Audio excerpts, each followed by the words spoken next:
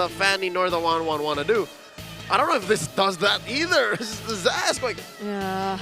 it's very fast though. I like Falcons' investment in, Well, in you know, yeah. quick payoff mid laners. Somehow the spawns will be annoying for Demon Kite.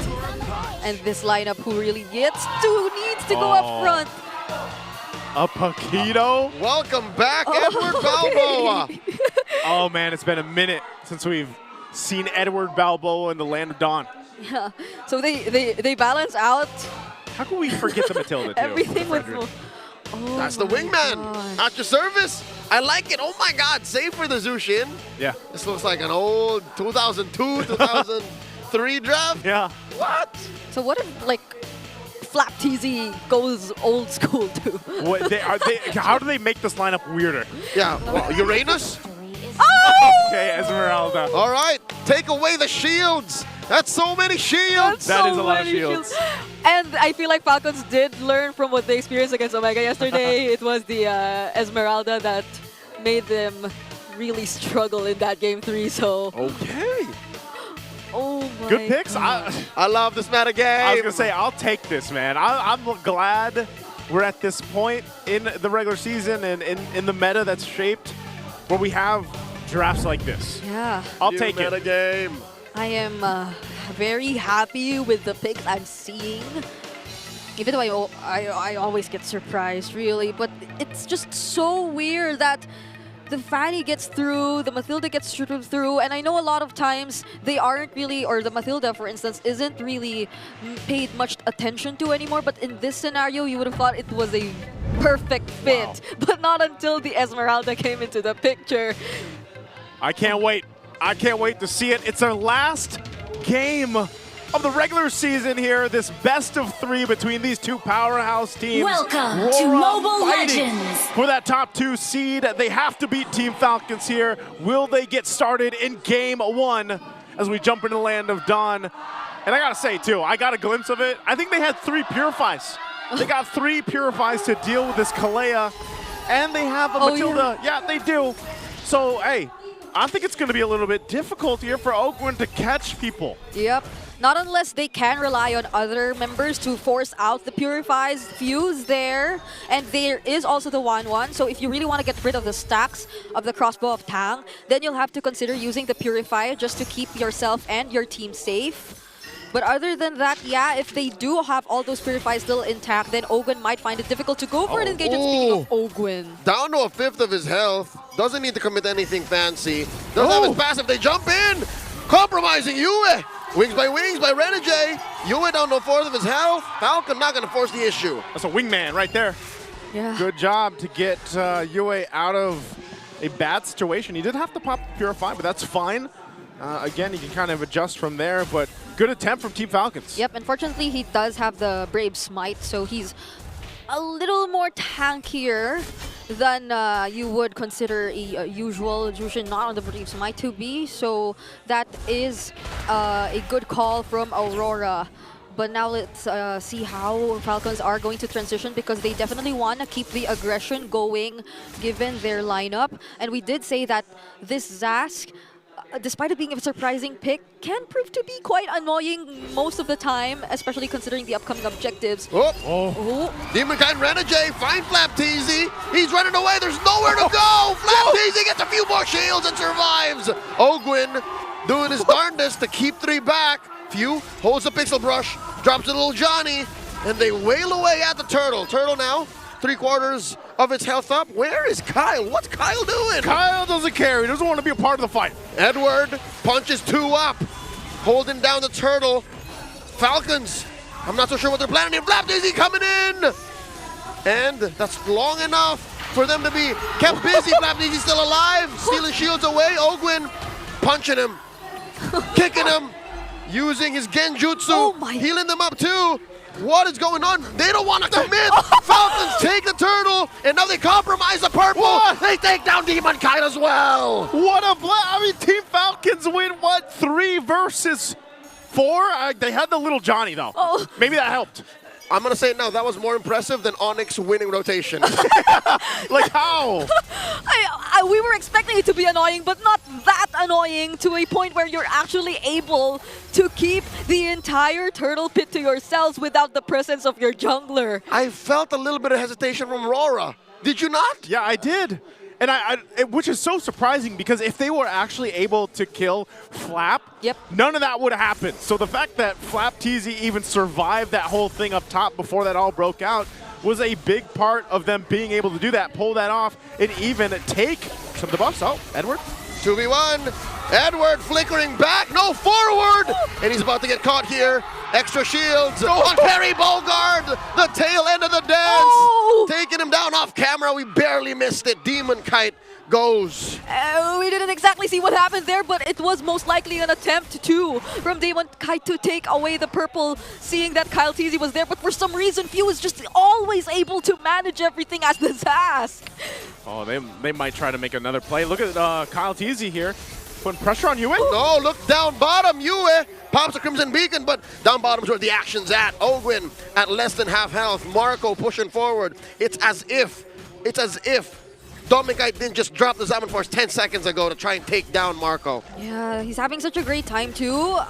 If I remember correctly, yeah, he is also on the Super Marco is also on the Master Assassin. So that's really another way of them keeping this lane intact and keeping the advantage or somehow managing it to some extent. Because clearly, if this is what you see in the early game as Falcons, you're very much happy with it. The XP lane clearly is already at an advantage, so if you're able to hold out the Harith as well, and even the objectives without your jungler, that's massive for them. All right, Flapdeezy getting pulled over here. Turtle at less than half health. Flapdeezy dancing. He's dancing. Turtle at a 10th. Demon Kite very low. Flapdeezy secured with the falling star moon. Down goes UN. Demon Kite, 2 free kills for Falcons. Renegade circling Eagle all the way out of here. Gets a few more shields, gets hit by the Johnny, serves up another kill, now Flap, Renegade falls, 3 for free, and they're not done. Edward pushed back as Falcons takes down this tier 1 up top. Man, these nightmare Flap is still going, flickers forward, and dances around Edward's corpse. literally dancing. I cannot believe this is happening. A 7-0 for Team Falcons. And it seems like Aurora isn't able to accomplish what we are expecting of them to do. Edward, even before he's able to find a target in the back lines, gets blocked off or even bursted down or even taken out by Team Falcons. And it's not like you can just go for Few on the Zas because there's the Dominator's Descent. He can find a way to escape, but it's not that he's even using it defensively. It's an almost always aggressive Dominator's Descent. Oh God, Falling Star Moon onto these two as they generate multiple shields. Just a cutoff. This is the Filipino cannon, man. He's a loose cannon. He is. Joseph, Bridget, is this a message to the world? We are Seaball. Look at how we play. Look at this draft is basically what they're saying. I mean, you got to give it up too. Kyle TZ, for a lot of this, has just been all over the map. I mean, look at the gap between him and Demon Kite just in the levels right now. Yeah. And a lot of times he's just relying.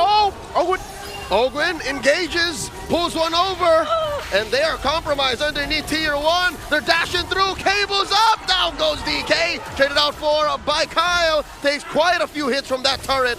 Marco takes to the skies, Flapdeezy catches a few, in comes Ogwin to save the day. Crimson Beacon by Yue, backing off looking for a choke slam, drops Marco underneath tier 2, takes a few more hits, 2 for 2. First time for Aurora to get on the board. Super Marco probably should have gotten away. He did not have the crossbow of Tang anymore, even if he did get to complete the step. Oh my God! Flapdeezy was done with it. Falling Star Moon, but he pays the iron price. If worth it, he says. If Esmeralda could flex Worth it. and do the glorious pose, she would. I would have thought initially it was just the lack of anti-heal from Aurora, but now that the Esmeralda's way ahead is actually so up there in terms of stats, even in terms of gold, 1K ahead of Edward, already has the Oracle too, then this is just all the more difficult for Aurora. They only have the glowing one so far, and that's in Yue. but he doesn't even get to reach Yue because even Edward seems like a target already for flapTZ. Yeah, he has been phenomenal on this Esmeralda. Super Marco picking up the Sea Halberd now. That's going to be a crucial item to deal with a lot of these sustainabilities coming out from Aurora. This could be a little dicey for them. Putting the pressure, Nightmare Spawn drop down under the turret, and Aurora will go ahead and clean things out. But Falcons is still there. Kyle, Hunting down Edward, forced to hang out underneath tier 2 up top. Falcons not letting up, relentless. They want to push this tier 2 in mid or bottom. Something's got to give. Yeah. This is such a devastating situation for Aurora. You fail to get the first objective, and what did we talk about earlier in games where they lose? They have a very low contention rate when it comes to the major objectives, and that seems to be exactly what Team Falcons is able to set up in the first 8 minutes of the game. We are about to transition into the Lord, but Aurora is yet to get anything. Not even a turret, not even a split is happening, and that's probably also something you could attribute to the nature of their lineup right now. They're forced to ube this early, and if you're ubeing, you can't play the map. yeah, this is kind of what we saw with the whole Florin composition from the previous match, you know, and it's something that Aurora decided to go with in this composition to play around the Matilda especially, and you know, part of it again is if they can hold out. I think that's the biggest thing because they have quite a deficit to work against right now, and this Lord is up. I'm not sure if they really want to contest this, because if they get caught out here and it looks like, you know, again, flapTZ and Ogwin can give enough information, Kyle TZ will just go ahead and do his thing and get his buffs, because so far it's been Team Falcons, aside from Kyle TZ, just starting up the, you know, the objectives, the Turtles early on, the Lord now. They make their way in this position. There is a wave that they have to deal with on bottom. Yeah. They'll send Edward there, but it looks like they're going to take this slow and steady for Team Falcons. Yeah, let's see how they try to manage this though, because Edward is yet to get those defense items as well, if he does plan to get any, because so far he only has the Hunter Strike. So that's damage too. Ideally, if he does get to look for someone, but that doesn't seem to be what Team Falcons wants to happen. No contesting with him! The flicker in by Ogwin starting the fight. Oh, flapTZ caught between all the members of Aurora underneath that summon force by Dominkite. They do take the Lord, but lose Flap in the process. That's crazy. They didn't even use any Purifies. Yep. I'm surprised that in that exchange they didn't have to. Yep, it's just really them being able to sustain everything so long as they group up together, which again, in terms of managing the macro, might be somewhat of a restriction, but you can see how they're gradually able to hold things together.